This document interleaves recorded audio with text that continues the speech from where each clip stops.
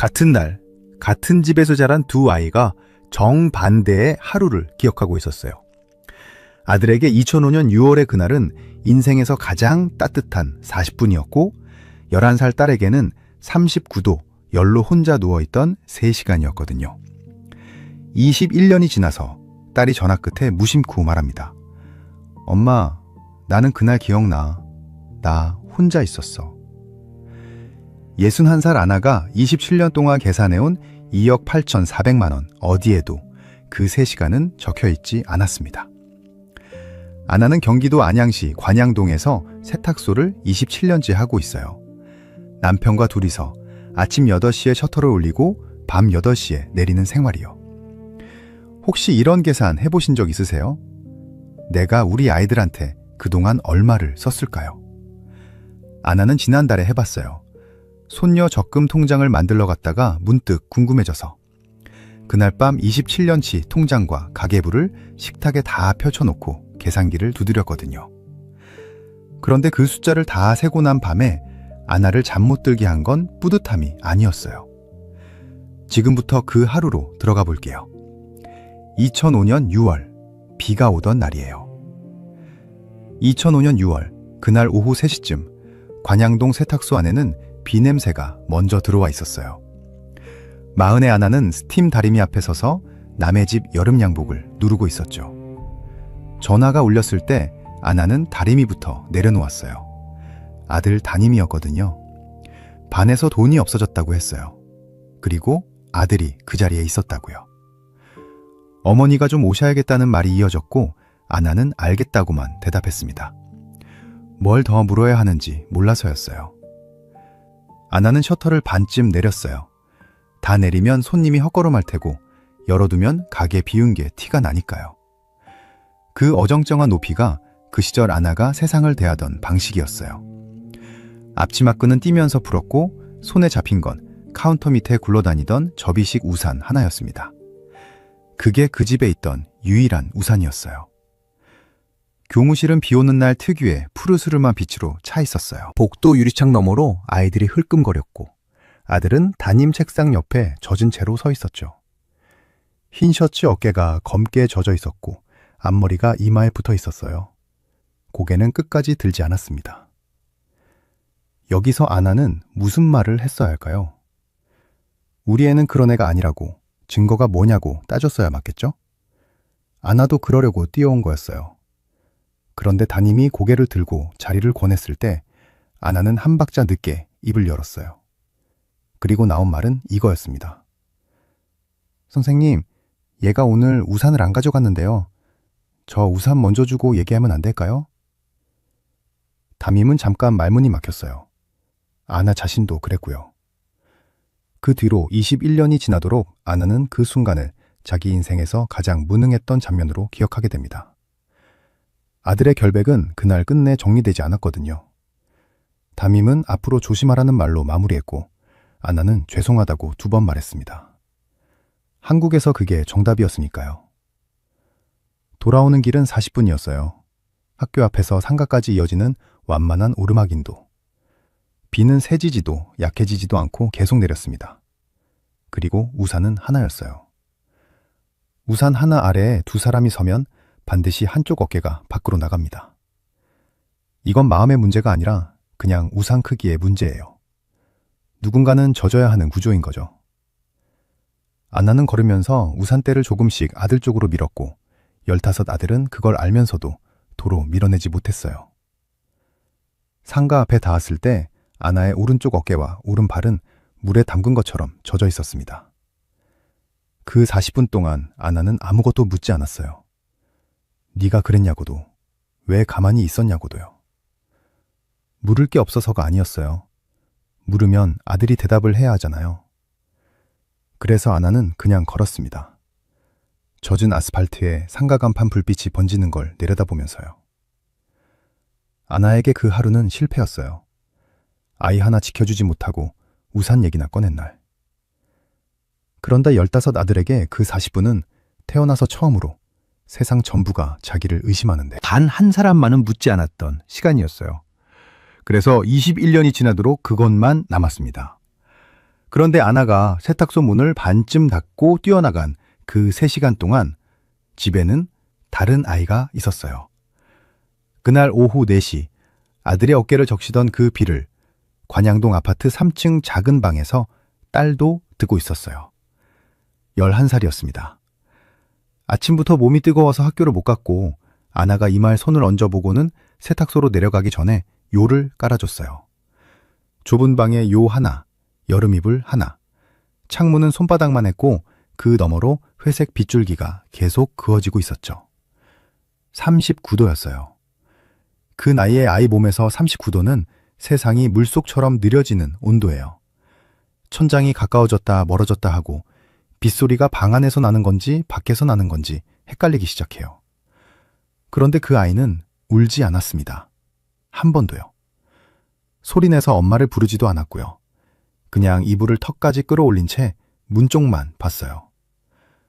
저 문이 열릴 텐데 언제 열릴까? 그것만 보면서요. 아이는 시간을 셀 줄 몰랐으니까 그냥 문고리 하나를 계속 쳐다본 거예요. 중간에 한번 현관에서 소리가 났어요. 아이가 팔꿈치로 상체를 들었죠. 옆집 문이었습니다. 아이는 다시 누웠어요. 그 다음부터는 소리가 나도 몸을 일으키지 않았고요. 전화기는 거실에 있었어요. 세탁소 번호는 냉장고에 붙어 있었죠. 11살이면 번호를 누를 줄 압니다. 그런데 그 아이는 누르지 않았어요. 전화를 걸면 엄마가 하던 일을 놓고 뛰어 올라와야 한다는 걸 11살은 이미 알고 있었거든요. 그러니까 이건 아이가 못한 게 아니라 안 해도 되는 쪽을 고른 거예요. 11살이 그걸 골랐다는 게 이 이야기에서 제일 서늘한 대목입니다. 머리맡에는 물컵이 하나 놓여 있었어요. 나가기 전에 아나가 따라놓고 간 거였죠. 열이 나면 물을 자주 마셔야 하니까요. 그 컵은 3시간 동안 그대로였습니다. 물이 줄지도 않았고 컵이 놓인 자리에서 조금도 움직이지 않았어요. 아나가 셔터를 다시 올린 건 저녁 무렵이었어요. 오른쪽 어깨가 다 젖은 채로 계단을 올라와서 신발을 벗다 말고 작은 방 문을 열었죠. 아이는 자고 있었어요. 얼굴이 붉고 이마가 축축했지만 숨은 고르게 쉬고 있었고요. 아나는 그때 무슨 생각을 했을까요? 안도했습니다. 정말로요. 하루 종일 붙들려 있다 겨우 돌아온 40살 여자에게 그건 그 하루에 유일하게 잘 풀린 일이었거든요. 아나는 이불을 여며 주고 문을 닫았어요. 그리고 그 하루를 이렇게 저장했습니다. 애가 자고 있어서 다행이었던 날이라고요. 그 방에서 무슨 일이 있었는지는 아무도 아나에게 말해주지 않았어요. 딸도요. 그 뒤로 딸은 어떤 사람이 됐을까요? 아프면 아무에게도 말하지 않는 사람이 됐어요. 중학교 때 급식실에서 토하고도 혼자 보건실에 갔고, 고등학교 때 손목을 삐고도도 사흘을 그냥 다녔습니다. 32인 지금도 병원에는 혼자 가요. 링거를 맞을 때도 혼자 앉아있다가 혼자 나옵니다. 명절에 하루만 자고 올라가는 딸을 보면서 아나는 애가 묻어내서 그렇다고 생각했어요. 여기서 많은 분이 이렇게 생각하실 거예요. 그럼 그날 엄마가 잘못한 거냐고요. 그런데 제가 오늘 하려는 얘기는 잘잘못이 아니에요. 지난달 그 밤 아나가 식탁에 펼쳐놓은 건 27년치 통장과 손글씨 가계부였어요. 계산기를 두드리면서 항목을 하나씩 소리내 읽었습니다. 두 아이 학원비, 등록금, 아들 결혼할 때 보탠 전세 보증금, 딸 어학연수. 마지막에 찍힌 숫자가 2억 8,400만 원이었어요. 스팀 다리미 앞에 하루 6시간씩 서서 만든 돈이에요. 오른쪽 손목에 20년째 압박밴드를 감고 있는 이유이기도 하고요. 그런데 이상하죠? 아들이 기억하는 목록에도 딸이 기억하는 목록에도 그 숫자는 한 줄도 없습니다. 아들에게 남은 건 비 오던 날 우산 하나였고 딸에게 남은 건 아무도 없던 3시간이었어요. 그럼 2억 8,400만 원은 어디로 간 걸까요? 이걸 심리학에서는 절정, 종말 법칙이라고 부르거든요.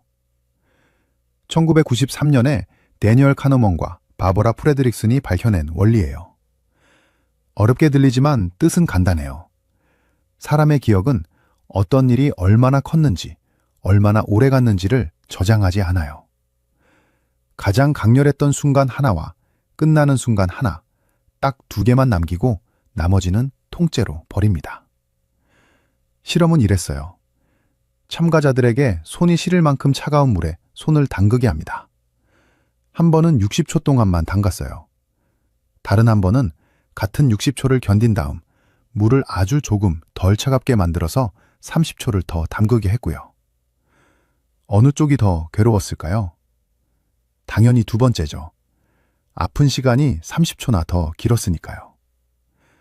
그런데 다시 한번 해야 한다면 어느 쪽을 고르겠냐고 물었더니 사람들 다수가 더 오래 아팠던 두 번째를 골랐습니다. 마지막이 덜 아팠다는 이유 하나로요. 견딘 시간은 기억에 거의 들어가지 않았어요.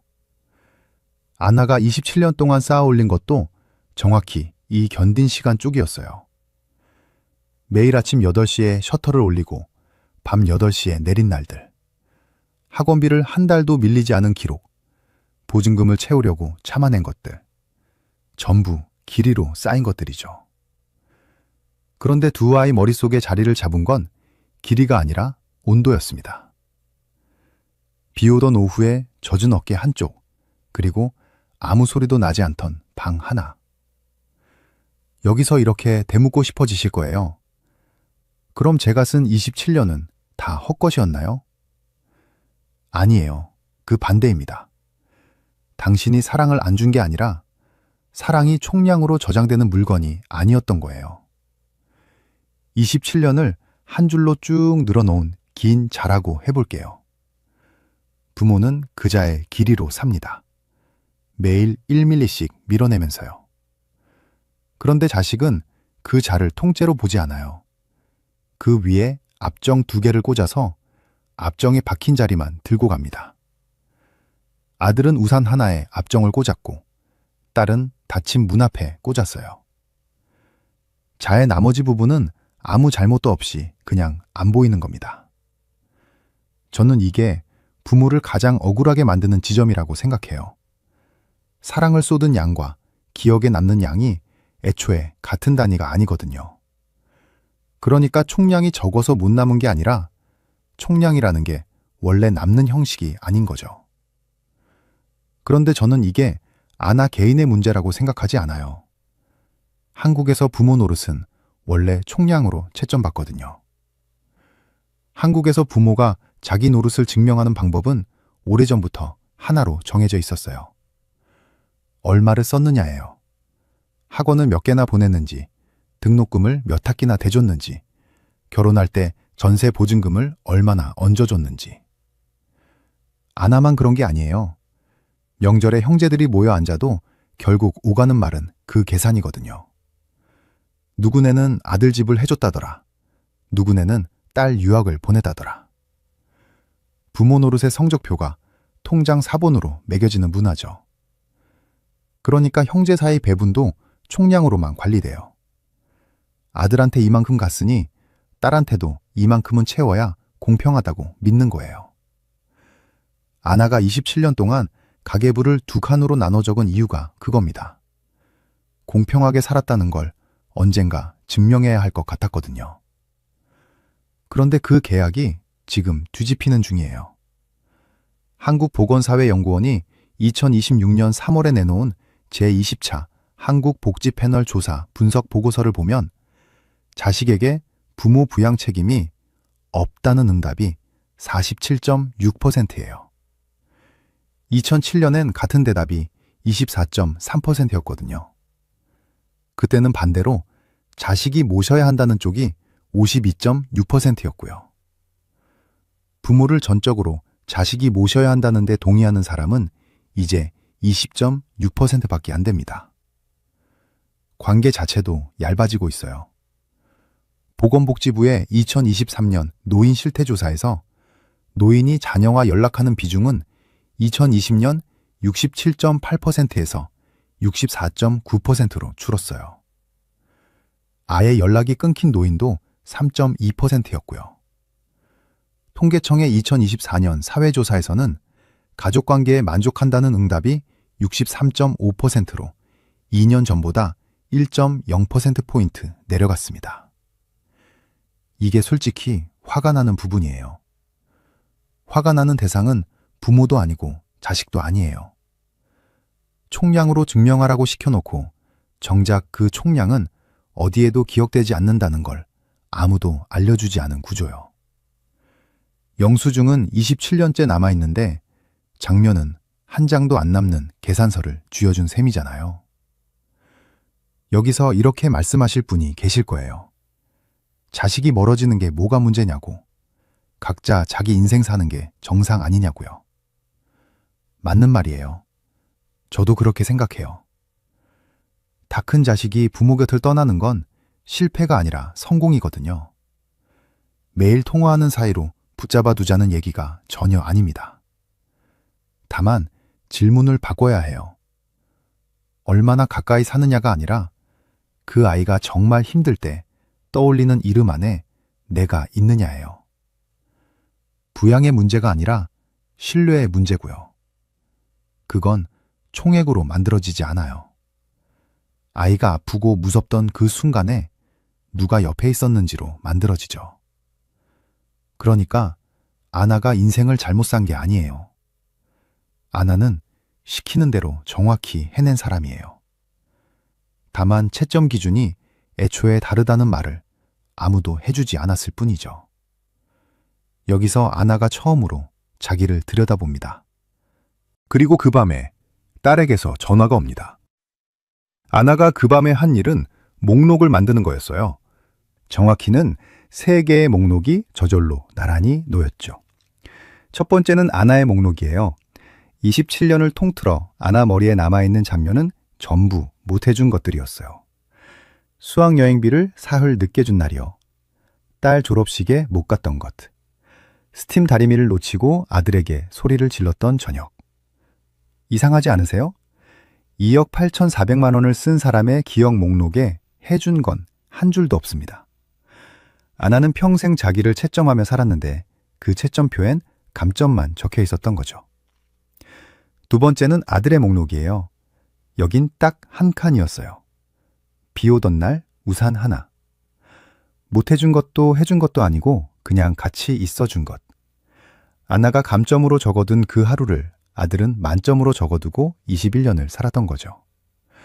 벌써 겹치는 칸이 하나도 없죠. 앞서 말한 2개의 점처럼 아들이 찍은 점은 아나가 27년을 재던 자 위 어디에도 없었으니까요. 그리고 바로 그 밤에 딸에게서 전화가 왔어요. 손녀 이야기, 김장 이야기, 별것 아닌 말들이 오갔죠. 끊기 직전이었어요. 딸이 무심코 말합니다.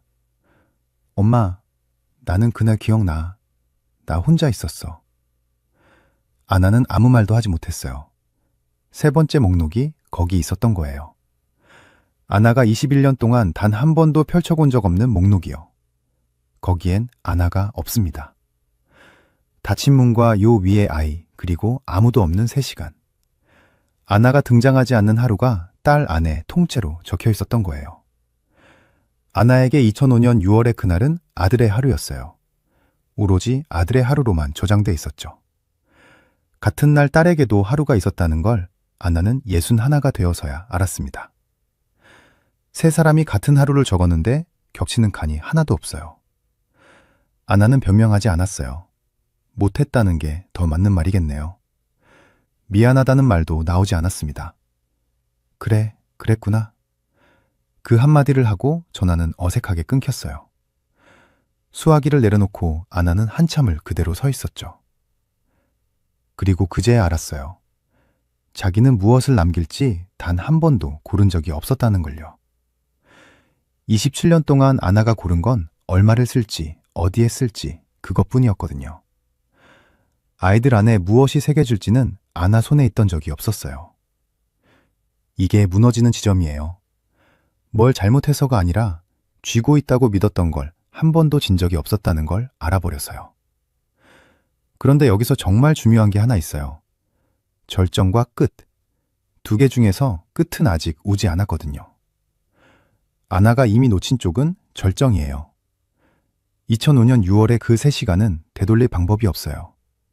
그런데 끝은 아직 아무도 쓰지 않았습니다. 기억은 다 쓰이고 나서 봉인되는 게 아니거든요. 마지막 장면이 새로 찍히면 그 앞에 쌓여있던 것들까지 같이 다시 계산돼요. 그러니까 오늘 저녁에 만드는 30초가 21년짜리 기억의 끝자락이 되는 거죠. 지금부터 3가지만 말씀드릴게요. 거창한 건 하나도 없어요. 오늘 밤에 해볼 수 있는 것들이에요. 첫 번째, 마지막 30초를 설계하는 거예요. 앞서 찬물에 손을 담갔던 사람들이 더 오래 아팠던 쪽을 다시 고른 걸 기억하실 거예요. 얼마나 길었는지가 아니라 마지막이 어땠는지가 전체 점수를 매겼기 때문이었죠. 이건 지금 이 순간에도 똑같이 작동해요. 오늘 만드는 마지막 한 장면이 지난 21년의 평균을 흔들 수 있다는 뜻이에요. 그럼 뭘 하면 될까요? 통화를 끊기 전 마지막 30초에 용건 말고 감정 한 줄만 얻는 거예요. 밥 잘 챙겨 먹어라로 끊지 않고 오늘 목소리 들으니까 엄마가 좋다를 맨 뒤에 두는 거죠. 순서가 전부예요. 잔소리를 먼저 하고 애정을 나중에 놓으면 남는 건 애정이고 순서를 뒤집으면 남는 건 잔소리예요. 만나고 헤어질 때도 같아요. 현관에서 신발 신는 그 30초에 운전 조심하고 대신 와줘서 좋았어 한마디를 놓아보는 거예요. 첫째 주는 통화 한 통이면 충분해요. 딱 한 번, 마지막 문장만 바꿔보는 거죠. 그게 되면 둘째 주부터 얼굴 보고 헤어지는 자리까지 넓히면 돼요. 그런데 이게 제일 어려운 거예요. 두 번째 이야기요. 늦은 복구도 복구예요. 에드워드 트로닉이라는 심리학자가 1975년에 실험 하나를 세상에 보여줬어요. 엄마가 아이 앞에서 표정을 지우는 거예요. 웃지도 않고 반응도 하지 않고 딱 2분. 아이는 온 힘을 다해 엄마를 다시 부르다가 결국 몸을 비틀고 울어버립니다. 그런데 사람들이 자주 놓치는 건 그 뒤에 나온 이야기예요. 트로닉이 이후 연구에서 정말 하고 싶었던 말은 이거였어요. 부모와 아이 사이는 원래 대부분 어긋나 있다는 것. 딴 데를 보고 못 알아듣고 타이밍을 놓쳐요. 관계를 만드는 건 어긋나지 않는 능력이 아니었어요. 어긋난 다음에 다시 다가가는 일, 그러니까 복구였습니다. 그리고 복구에는 유효기간이 없어요. 어긋난 자리는 21년이 지나도 그 자리에 그대로 있고 다시 가서 서면 되거든요. 방법은 이거예요. 변명 없이 사실 하나와 감정 하나만. 그날 너 혼자 뒀지. 엄마가 미안해. 이게 다예요. 세 문장을 넘기지 않는 게 좋아요. 길어지면 반드시 이 말이 따라 붙거든요. 그때는 어쩔 수 없었어. 오빠가 학교에서 그런 일이 있었잖아. 이 한 줄이 붙는 순간 사과가 아니라 변론이 돼요. 듣는 쪽은 이렇게 알아들어요. 아, 내가 이해해드려야 하는 자리구나. 나쁜 문장은 이거예요. 엄마도 그때 힘들었어. 너도 알잖아. 좋은 문장은 이거고요. 그날 너 혼자 뒀지. 엄마가 미안해. 차이는 딱 하나예요. 뒤쪽 문장에는 내 사정이 없어요. 물론 이게 우리 세대에겐 어색하다는 거 알아요. 우리는 사과를 배운 적이 없거든요. 배운 건 참는 거랑 해주는 거였죠. 그래서 문장을 미리 외워가는 거예요. 입에서 안 나오면 종이에 적어서 읽어도 괜찮아요. 떨리는 목소리로 읽은 사과가 매끄럽게 흘러나온 변명보다 훨씬 멀리 갑니다. 세 번째, 무엇을 기억하는지 직접 물어보는 거예요. 부모의 목록과 자식의 목록은 원래 달라요. 다른 게 정상이에요. 그런데 우리는 자식 쪽 목록을 한 번도 열어본 적이 없죠. 너는 어릴 때 뭐가 제일 기억나? 이렇게 묻고 어떤 대답이 나와도 정정하지 않고 끝까지 듣는 거예요. 사실 여기가 진짜 고비예요. 아팠던 기억이 나오면 우리 입은 자동으로 움직이거든요. 그때 엄마도 힘들었어. 네가 잘못 기억하는 거야. 그날 엄마 있었어. 그 순간 자식은 열었던 목록을 도로 덮어요. 그리고 다음부터는 꺼내지 않죠. 들어주기만 해도 돼요. 그랬구나. 엄마는 몰랐네. 이 두 마디면 충분해요. 그날 딸의 머리맡에 손대지 않은 물컵이 있었던 거 기억하시죠? 아무도 채워주지 않아도 달라고 하지 않게 된 아이의 컵이요. 지금 말씀드린 세 가지는 결국 그 컵에 지금이라도 물을 채우는 방법이에요. 21년 늦었지만 컵은 아직 거기 있거든요. 심리학에는 나중에 만난 관계로 안전함을 다시 배우는 사람들에 대한 연구가 있어요.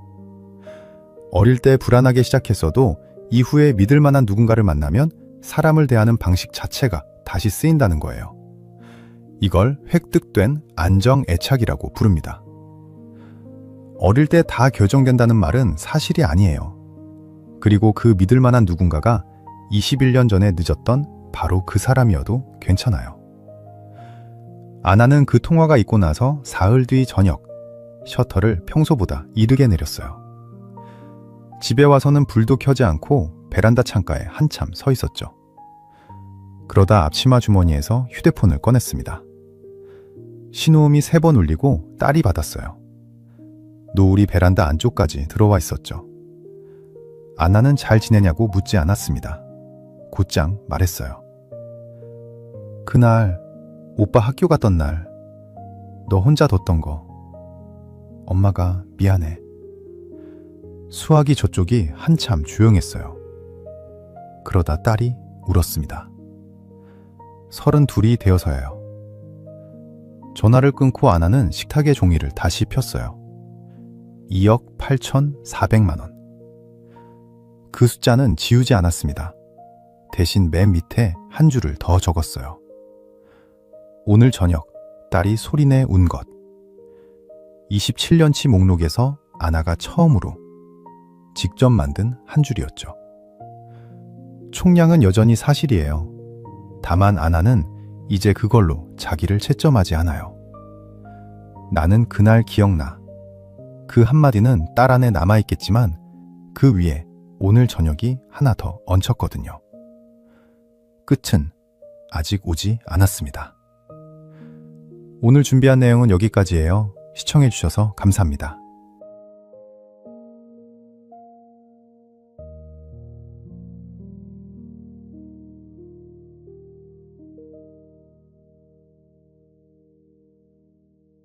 부모를 돌보는 건 당연하다고 말하면서 실제로는 한 달에 한 번도 연락하지 않는 자녀들.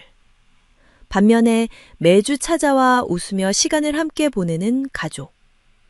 이 차이는 어디에서 생기는 걸까요? 70세 최순자 씨는 친구의 장례식에서 충격적인 진실을 마주했습니다.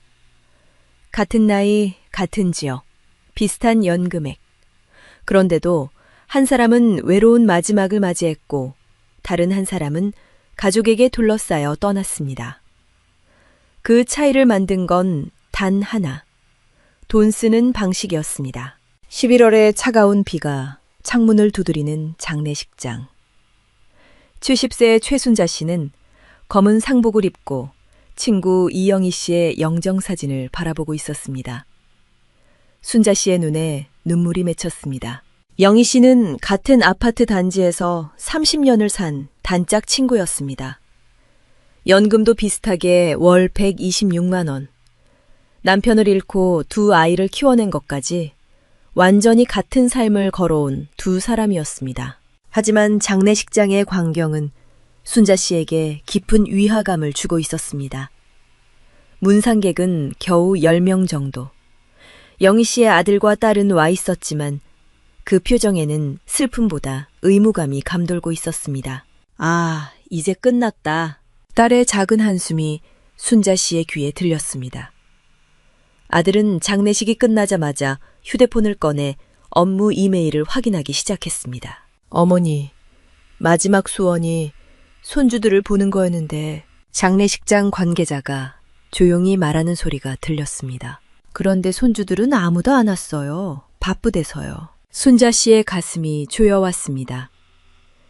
영희 씨는 손주들 이야기를 항상 행복하게 했었습니다. 얼마 전에 손주한테 90만 원 줬어. 대학 교재 사라고. 손주 생일 선물로 45만 원짜리도 사줬는데 엄청 좋아했어. 장례식이 끝나고 순자 씨는 혼자 아파트 단지로 걸어 돌아왔습니다. 마음이 무거웠습니다. 영희 씨와 나 뭐가 달랐을까? 아니, 다를 게 없었어. 같은 아파트 단지, 비슷한 연금, 똑같이 아이들을 위해 살아왔지. 하지만 순자 씨는 걸음을 멈췄습니다. 정말 같은 거였을까? 그날 밤 순자 씨는 잠들지 못하고 이불 속에서 생각했습니다. 자신의 딸 지연이는 한 달에 2번은 찾아옵니다. 손주 민준이와 서연이도 함께 와서 할머니, 다음에 또 올게요 하며 웃으며 돌아갑니다. 아들 동현이도 일로 바쁜데 주말마다 전화를 겁니다. 어머니, 건강은 괜찮으세요? 필요한 거 없어요. 왜 영희 씨의 가족은 오지 않았을까? 다음 날 순자 씨는 아파트 경로당에서 차 모임이 있었습니다. 그곳에서 또 다른 친구 박경자 씨, 68세와 이야기를 나눴습니다. 경자 씨도 영희 씨의 장례식에 대해 알고 있었습니다. 순자 씨, 영희 씨 신경 쓰이고 있죠. 경자 씨는 부드럽게 미소 지었습니다. 사실 말이에요, 영희 씨. 계속 고민하고 있었어요. 아이들이 전혀 안 찾아온다고. 그런데 영희 씨는 항상 손주한테 선물 주고 있었잖아요. 순자 씨가 묻자 경자 씨는 깊은 한숨을 내쉬었습니다. 맞아요. 그게 문제였던 거예요. 영희 씨가 연금 126만 원 중에 매달 45만 원을 자식들이랑 손주한테 지원했어요. 손주가 학원 다니고 싶다고, 딸이 차 사고 싶다고, 아들이 투자에 실패했다고. 순자 씨는 놀랐습니다. 45만 원씩이나요? 그럼 자기 생활비는요? 그래서 81만 원으로 살았죠. 병원에도 안 가고 옷도 몇 년째 같은 것만 입고. 얼마 전에 저한테 경자 씨 돈 좀 빌려줄 수 있어요 라고 했어요. 딸이 엄마 90만 원만 더 빌려줘 라고 부탁했다고. 경자 씨는 계속 말했습니다. 제가 말했어요. 영희 씨, 그건 안 돼요. 당신 노후 자금을 소중히 지켜야 해요. 하지만 영희 씨는 부모로서 당연한 일이야. 아이가 힘들어하는데 하면서 듣지 않았어요. 순자 씨의 손이 떨렸습니다. 그래서 아이들이 엄마를 현금 인출기쯤으로 생각한 거예요. 돈 받을 수 있을 때는 친절하게 굴고 돈이 떨어지면. 순자 씨는 기억했습니다. 3년 전 딸 지연이가 엄마 차 사려고 900만 원만 빌려줘 라고 부탁했던 때를요. 남편과 상의한 끝에 거절했습니다. 지연아, 그건 스스로 저축하렴. 엄마 아빠 노후 자금은 나중에 너희에게 부담 주지 않기 위한 거야. 지연이는 처음에는 불만스러워했지만 스스로 열심히 저축해서 1년 뒤 중고차를 샀습니다. 그때의 자랑스러운 표정을 순자 씨는 지금도 기억하고 있습니다. 그때 거절한 게 잘한 일이었을까? 순자 씨가 중얼거리자 경자 씨는 힘있게 고개를 끄덕였습니다. 잘한 거예요. 진짜 부모 역할은 돈을 주는 게 아니에요. 아이가 자립할 수 있게 키우는 거죠. 그리고 자기 노후를 확실히 지키는 것. 그게 결과적으로 아이들의 부담을 줄이는 일이 되는 거예요. 순자 씨는 가슴속이 뜨거워졌습니다. 영희 씨는 너무 상냥했어. 너무 다정했어. 그리고 그 사랑이 아이들을 버릇없게 만들고 자신을 외롭게 만든 거야. 반면에 순자 씨는 때로는 엄격하게, 때로는 부드럽게 적절한 거리를 지켜왔습니다. 그게 지금 가족과의 따뜻한 관계를 만들고 있었습니다. 경자 씨는 마지막으로 이렇게 말했습니다. 순자 씨, 기억하세요. 가족에게 사랑받는 건 돈을 얼마나 줬는가 아니에요. 얼마나 건강한 관계를 만들었는지예요. 영희 씨의 삶은 우리에게 경고였을지도 몰라요. 순자 씨는 깊이 고개를 끄덕였습니다. 그리고 자신의 선택이 틀리지 않았다는 조용한 안도감을 느꼈습니다. 순자 씨는 경자 씨와의 대화 후 자신의 가계부를 다시 살펴봤습니다. 남편이 세상을 떠난 지 10년, 그녀는 매달 빠짐없이 기록을 해왔습니다. 연금은 월 126만 원. 고정비는 집은 자가라, 대출금 없음. 관리비 9만 원, 광열비 9만 원, 의료비 약 27만 원. 변동비는 식비 27만 원, 교재비 9만 원, 잡비 9만 원. 매달 약 54만 원을 저축하고 있었습니다. 나 틀리지 않았어. 순자 씨는 가계부를 덮으며 중얼거렸습니다. 하지만 마음 한구석에는 불안이 있었습니다. 딸 지연이는 정말 만족하고 있을까? 돈을 거절당해서 마음속으로 엄마를 원망하고 있는 건 아닐까? 손주들은 할머니를 구두쇠라고 생각하는 건 아닐까? 다음 날 순자 씨는 마트에서 우연히 영희 씨의 딸 이은정 45세를 만났습니다. 최순자 씨. 은정 씨는 조금 난처한 표정을 지었습니다. 지난번에 어머니 일로 신세 많이 줬습니다. 아니에요. 영희 씨한테는 오랫동안 신세를 졌죠. 순자 씨는 조심스럽게 말을 골랐습니다. 두 사람은 근처 카페로 들어갔습니다. 은정 씨는 커피를 앞에 두고 한숨을 내쉬었습니다. 솔직하게 말할게요, 최순자 씨. 어머니 일 때문에 정말 후회하고 있어요. 후회요? 어머니는 저희한테 계속 돈을 줬어요. 제가 엄마 괜찮아요 라고 물어도 괜찮아, 연금 있으니까 라고 했죠. 하지만 사실은 은정 씨의 눈에 눈물이 맺혔습니다. 장례식 때 어머니 통장을 봤어요. 저금이 겨우 108만 원밖에 없었어요. 월 126만 원 연금을 받는데 저는 몰랐어요. 어머니가 자신을 희생하면서 저희를 돌봐주고 있었다는 걸. 순자 씨는 조용히 듣고 있었습니다. 더 부끄러운 일이 있어요? 은정 씨는 계속 말했습니다. 어머니가 마지막으로 입원했을 때 은정아, 돈이 없니? 입원비 좀 도와줄 수 없을까라고 부탁했어요. 제가 그때 짜증이 나서 엄마 연금 있잖아요 라고 차갑게 말해버렸어요.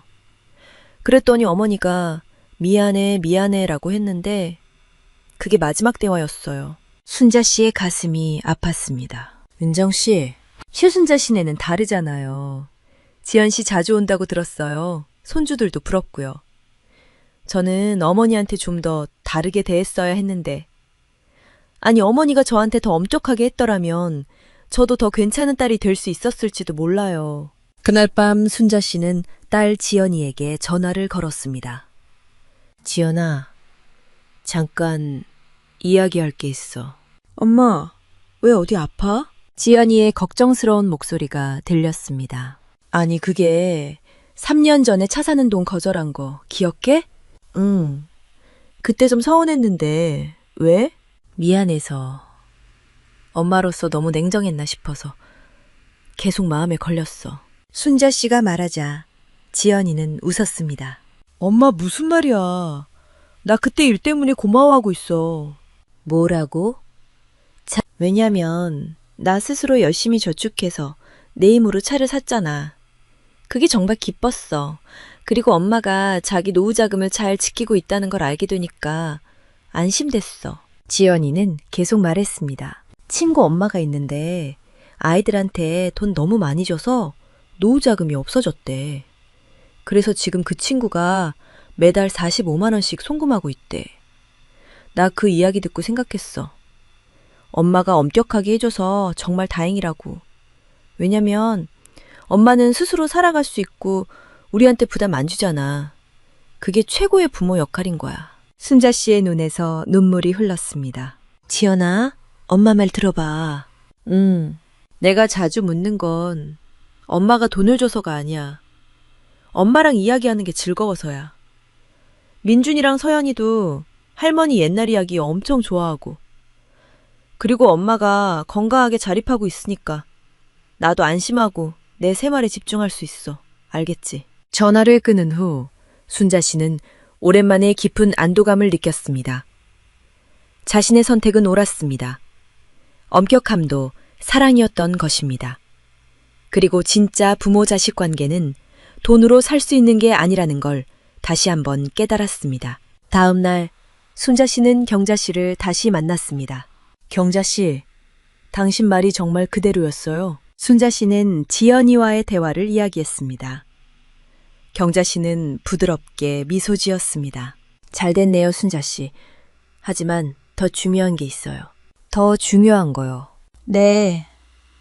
우리 앞으로 무슨 일이 있을지 모르잖아요. 병에 걸릴 수도 있고, 간병이 필요할 수도 있고. 그때 아이들한테 폐 끼치지 않으려면 지금부터 제대로 준비해둬야 해요. 경자 씨는 자신의 가계부를 꺼냈습니다. 보세요. 저는 매달 63만 원 저축하고 있어요. 현재 저축액은 4050만 원. 목표는 7일 200만 원. 이 정도 있으면 요양원에 들어가도 아이들한테 부담 주지 않고 살 수 있어요. 순자 씨는 놀랐습니다. 치유기 200만 원씩이나요? 네. 요양원 입소금이 3,800만 원 매달 드는 비용이 135만 원으로 잡으면 연금으로 모자란 금액을 보충해야 하거든요. 계산해보면 대략 이 정도 필요한 거예요. 경자 씨는 계속 설명했습니다. 순자 씨 아이들한테 사랑받고 싶다면 3가지를 지켜야 해요. 하나, 무제한으로 돈을 주지 않는다. 둘, 자기 노후 자금을 확실히 확보한다. 셋, 아이들이 정말 곤란할 때만 적절한 금액을 지원한다.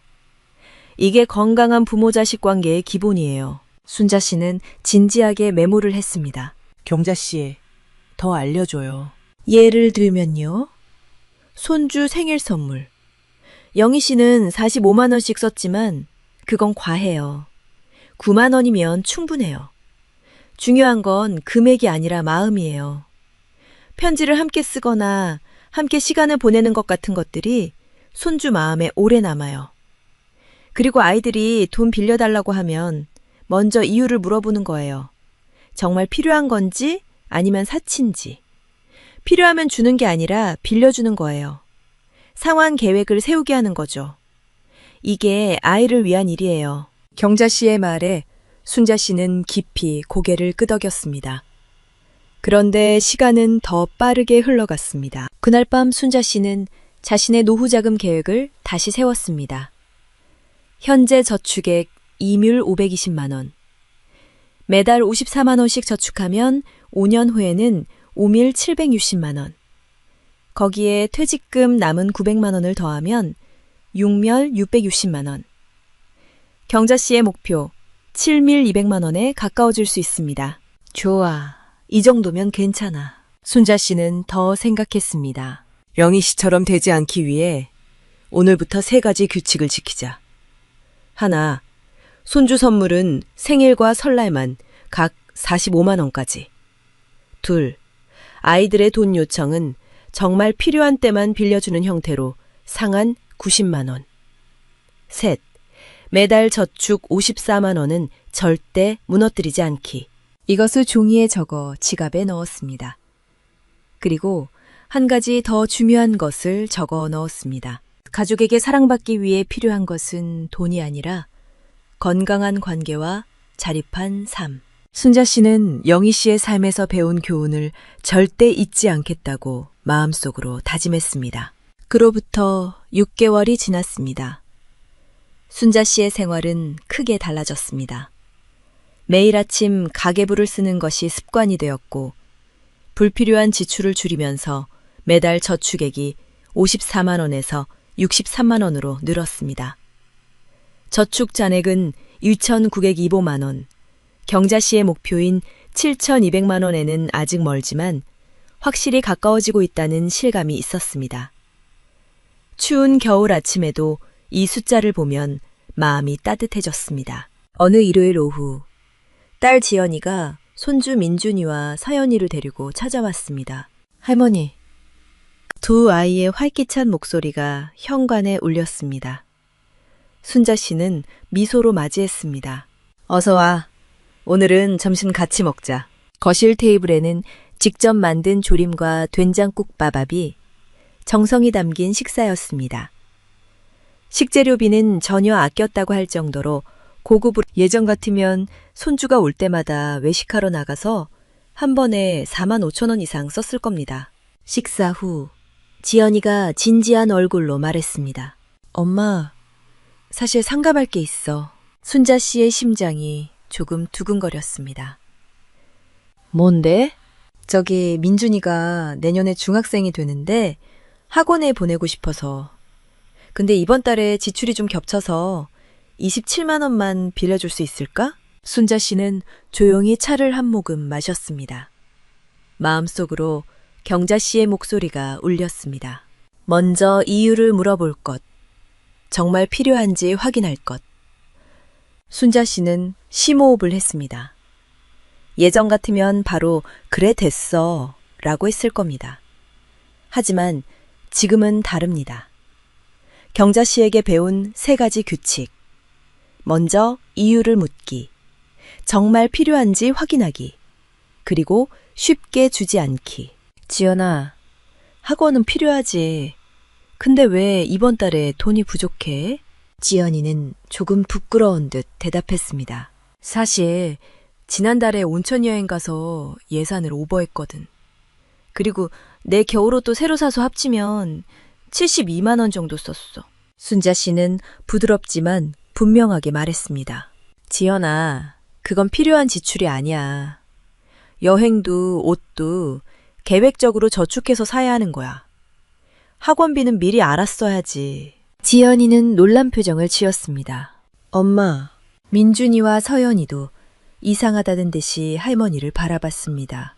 순자 씨는 지갑에서 전에 적은 3가지 규칙 종이를 꺼냈습니다. 이거 읽어봐. 지연이는 종이를 받아 조용히 읽었습니다. 손주 선물은 생일과 설날만 각 45만 원까지. 아이들의 돈 요청은 정말 필요한 때만 빌려주는 형태로 상한 90만 원. 매달 저축은 절대 무너뜨리지 않기. 잠시 침묵이 흐른 후 지연이는 깊은 한숨을 내쉬었습니다. 엄마 미안해. 나 또 어리광 부리려고 했어. 괜찮아. 그런데 지연아, 나는 널 사랑하고 민중이랑 서연이도 사랑해. 하지만 그래서 더 말하는 거야. 계획성 없는 지출을 부모가 메워주면 안 돼. 그건 너를 위한 일이 아니야. 순자 씨는 일어나서 선반에서 낡은 공책을 꺼냈습니다. 이거 봐. 이영희 씨 일을 조사했어. 공책에는 영희 씨가 아이들에게 지원한 기록이 적혀 있었습니다. 경자 씨에게 들은 이야기를 정리한 것이었습니다. 10년 동안 총 520만 원. 딸 차비, 아들 투자 실패, 손주 학원비, 손주 생일 선물. 전부 기록했어. 그리고 영희 씨의 마지막 장례식에 온 가족의 차가운 태도. 알겠지? 돈을 계속 준 결과가 이거야. 지연이 얼굴이 창백해졌습니다. 엄마, 나 절대 그런 딸 되고 싶지 않아. 그럼 지금부터 변해야지. 학원은 중요하니까 제한이 있는데 민준이가 아르바이트 좀 해보는 건 어때? 중학생도 할 수 있는 신문 배달 같은 거. 아침에 1시간 하면 18만 원 정도 벌 수 있어. 민준이의 눈이 반짝였습니다. 할머니, 나 하고 싶어요. 내가 번 돈으로 학원 다니고 싶어요. 멋있잖아요. 순자 씨는 손주의 반응에 미소 지었습니다. 그래, 그게 제일 좋지. 그래도 부족한 금액은 지연아, 네가 방법을 찾아서 내. 외식 줄인다든가 휴대폰 요금제 바꾼다든가. 방법은 얼마든지 있어. 내가 쉽게 돈을 내면 너희 가족이 성장할 기회를 빼앗는 거야. 지연이는 눈물이 글썽였습니다. 엄마 고마워. 나 정말 어리광 부렸어. 이제부터 변할게. 가계부도 쓰고 계획적으로 살게. 순자 씨는 딸의 손을 잡았습니다. 알아줘서 고마워. 나는 너희한테 패기치고 싶지 않아. 그래서 내 노후 자금을 확실히 지키는 거야. 지금 저축 이거 925만 원. 목표는 7,200만 원. 이 정도 있으면 나중에 간병이 필요해도 너희 부담이 안 되거든. 그게 진짜 사랑이라고 생각해. 그 대화 후 일주일이 지나 순자 씨는 경자 씨와 아파트 경로당에서 만났습니다. 경자 씨, 지연이한테 엄격하게 말했어요. 어땠어요? 처음에는 놀랐는데 이해해줬어요. 민준이도 신문 배달 시작한대요. 지연이도 가계부 쓰기 시작한 것 같고. 정자 씨는 만족스럽게 고개를 끄덕였습니다. 그거면 됐네요, 순자 씨. 옳은 일을 했어요. 그날 정로당에서는 노후 자금에 대한 공부 모임이 열렸습니다. 경자 씨가 주최한 것이었습니다. 참가자는 15명 모두 60대에서 70대 여성들이었습니다. 경자 씨가 앞에 서서 이야기를 시작했습니다. 여러분, 이영희 씨를 기억하시나요? 그분의 삶에서 우리는 배워야 합니다. 경자 씨는 영희 씨가 어떻게 아이들에게 돈을 썼고 마지막이 어땠는지를 설명했습니다. 참가자들은 조용히 듣고 있었습니다. 70세 최정숙 씨가 손을 들었습니다. 저도 손주한테 매달 18만 원씩 줬거든요. 귀여워서요. 그런데 이대로면 안 되겠죠? 경자 씨는 부드럽게 대답했습니다. 정숙 씨, 사랑과 돈은 다른 거예요. 손주를 사랑한다면 시간을 쓰세요. 함께 공원에서 놀고 옛날 이야기 해주고 편지를 쓰세요. 그런 것들이 손주 마음에 더 오래 남아요. 돈은 손주를 버릇없게 만들 뿐이에요. 시급팔세 이순덕 씨도 발언했습니다. 저는 딸 주택담보대출을 갚아주려고 했어요. 1,800만 원인데 그만두려고요. 딸은 스스로 책임지게 할 거예요. 순자 씨도 앞으로 나가 자신의 경험을 이야기했습니다. 저는 3년 전 딸한테 900만 원을 거절했어요. 그때는 마음이 아팠어요. 하지만 지금 딸은 자립해서 스스로 문제를 해결하는 힘을 길렀어요. 그리고 우리 관계는 전보다 더 좋아졌어요. 돈으로 연결된 관계는 약해요. 하지만 존중과 신뢰로 연결된 관계는 강해요. 참가자들은 진지하게 메모를 했습니다. 경자 씨가 이어서 말했습니다. 여러분, 3가지 규칙을 지키세요. 하나, 자식이나 손주에게 무제한 지원하지 않기. 2, 자기 노후 자금을 최우선으로 하기. 3, 아이들이 정말 곤란할 때만 적절한 금액을 빌려주기. 주는 게 아니라 빌려주는 것. 이게 건강한 부모-자식 관계의 기본입니다. 공부 모임 후 순자 씨는 혼자 아파트 단지 공원을 산책했습니다. 겨울 석양이 벚나무를 비추고 있었습니다. 그 나무 아래서 순자 씨는 영희 씨를 떠올렸습니다. 영희 씨, 당신은 너무 상냥했어요. 하지만 당신의 삶은 헛되지 않았어요. 우리에게 중요한 것을 가르쳐줬으니까. 고마워요. 그렇게 중얼거며 순자 씨는 하늘을 올려다봤습니다. 그날 밤 순자 씨는 집에서 가계부를 폈습니다. 이번 달 저축 63만 원. 목표보다 조금 많다. 순조로워. 그때 지연이한테서 전화가 왔습니다. 엄마 들어봐. 민준이 신문 배달 알바 확정됐어. 새벽 5시부터 열심히 한대. 엄청 좋아하고 그리고 나도 가계부 쓰기 시작했어. 외식 줄였더니 27만 원 아꼈어. 휴대폰도 알뜰폰으로 바꿔서 매달 9천 원 절약했어. 순자 씨는 진심으로 기뻤습니다. 지연아, 정말 잘했어. 정말 훌륭하게 성장하고 있어. 엄마 덕분이야. 그때 엄격하게 말해줘서 정말 고마워. 나 엄마 같은 엄마가 되고 싶어. 그리고 엄마처럼 자립한 노후를 보내고 싶어. 민준이한테도 할머니를 본받으라고 했어. 스스로 벌어서 계획적으로 사는 것의 중요성을 가르쳐주는 분이라고. 전화를 끊은 후 순자 씨는 창밖을 바라봤습니다. 석양이 아파트 단지 전체를 부드럽게 비추고 있었습니다. 같은 아파트 비슷한 삶이라도 돈 쓰는 방식 하나로 이렇게나 결과가 달라진다. 영희 씨는 외롭게 떠났고 나는 가족에게 둘러싸여 있다. 그 차이는 사랑의 양이 아니라 사랑을 표현하는 방식이었던 것이다. 순자 씨는 경자 씨에게 배운 말을 공책에 적었습니다. 가족에게 사랑받기 위해 필요한 것은 돈이 아니라 건강한 관계와 자립한 삶. 그리고 한 가지 더. 부모로서 아이에게 남길 수 있는 최고의 유산은 돈이 아니라 자립하는 힘과 올바른 돈 감각. 이제 순자 씨는 확신하고 있었습니다. 자신의 선택은 옳았습니다. 엄격함도 부드러움도 전부 사랑에서 나온 것이었습니다. 그리고 그 사란이 지금 가족과의 따뜻한 유대를 키우고 있었습니다. 돈으로 살 수 없는 진짜 풍요로움이 거기에 있었습니다. 저축 통장의 숫자도 중요하지만 더 중요한 것은 딸이 성장하는 모습, 손주가 자립하려는 자세, 그리고 가족의 미소였습니다. 인생의 마지막에 아이들에게 둘러싸여 미소로 떠날 것인가, 아니면 외롭게 떠날 것인가. 그 차이를 만드는 건 돈을 얼마나 줬는지가 아닙니다. 얼마나 건강한 관계를 만들었는지, 얼마나 아이의 자립을 지지했는지, 얼마나 자신을 소중히 했는지.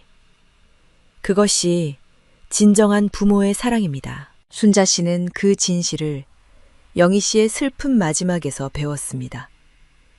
그리고 지금 그것을 다음 세대에 전하려 하고 있습니다. 이 이야기가 조금이라도 마음에 남으셨다면 구독과 좋아요 부탁드립니다. 그럼 다음 영상에서 다시 뵐게요.